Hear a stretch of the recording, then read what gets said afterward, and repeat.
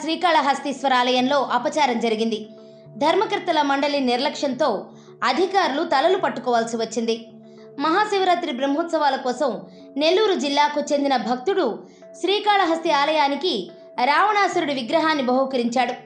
అయితే తయారు చేసే సమయంలో పొరపాటున జరిగిందో నిర్లక్ష్యమో తెలియదు కానీ దశకంఠుడైన రావణాసురుడు కాస్త నవకంఠుడిగా మారిపోయాడు.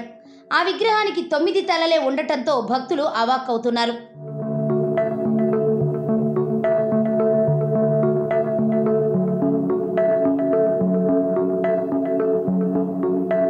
శ్రీకాళహస్తిలో మహాశివరాత్రి బ్రహ్మోత్సవాలకు విస్తృతంగా ఏర్పాట్లు జరుగుతున్నాయి.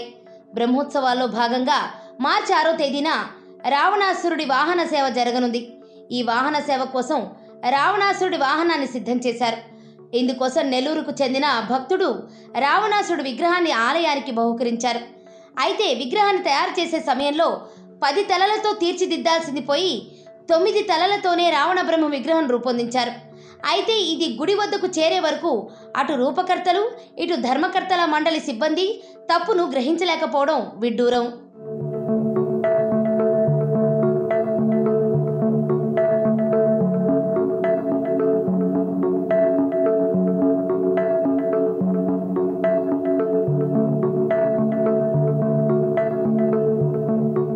ఆలయం వద్ద ఈ విగ్రహాన్ని గమనించిన భక్తులు ధర్మకర్తల మండలి తీరుపై ఆగ్రహం వ్యక్తం చేస్తున్నారు.